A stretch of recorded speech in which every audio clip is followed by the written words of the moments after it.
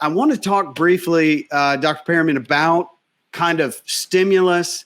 A lot of your pro bono work, some of the healthcare for people that are out of work, or the word that you use is they don't have food on the table. And what was the word that you used for that? Food insecurity.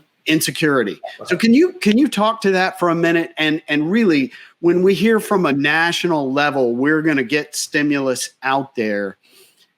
I know you said earlier that the economy needs to be helped. Is this getting the help where we need it? Well, yes and no. I hate to give that kind of an answer, but the bottom line is, with the CARES Act, we put out $3 trillion in a very short period of time, and some of it got where it should have gotten, and some of it didn't. I mean, there were all kinds of little checks into dead people, and all that. They took forever to get some of the regulations written. But the bottom line is, a lot of it got in the hands of people who had needs and small businesses who had needs. The new one's the same way. There's some things I wish were not in that bill. There's some things that don't need to be in that bill. But a lot of it does get to the people who need it, and it can make a difference. And, this is a tough issue for me because deficit spending, you mentioned trillions of dollars. It's easy to throw those numbers around.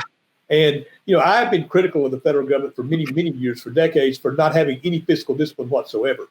And in the last, we passed a huge tax cut that couldn't possibly pay for itself, and literally only was going to bring back in dynamic revenue about $300 billion. The next 3 weeks later, they passed a budget with a $300 billion deficit in it, which wiped out that whole 10-year gain and made no effort to pay for it. So we've had plenty of that. During 10 years of growth, we did nothing about fiscal discipline.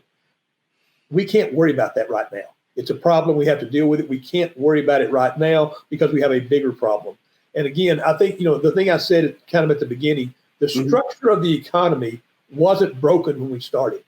Right. But if people lose, if we lose those key small businesses that drive their communities across the country, if people lose their homes and their ability to take care of their families, their ability to educate their children, we're going to break the system, and we can't come back and get the healthcare going. So you've seen data. Go ahead. You've seen what the effects of this can have with your data, right? Absolutely. And that's what we're trying to say is right now, again, yes, we're creating deficits. Yes, that's a valid concern. Yes, we'll have to deal with them later. A prominent economist back in the 1930s who really created a lot of the policy things we understand now was once told, well, you don't have to worry about this in the long run. The market will fix it. And his response was, in the long run, we're all dead. And that's kind of the situation we find ourselves in right now. This is an immediate critical problem like we've never seen before, and we need to step up and address it. And you're saying we need to address this regardless, because basically we're just pulling out the credit card, right? And that's what we're doing. No question. And again, in normal times, I would be the sharpest critic of that you could imagine. I understand. You can go back and find many decades of writing where I have been. Yeah, well, and it's incumbent on us after this to make sure that we take care of it.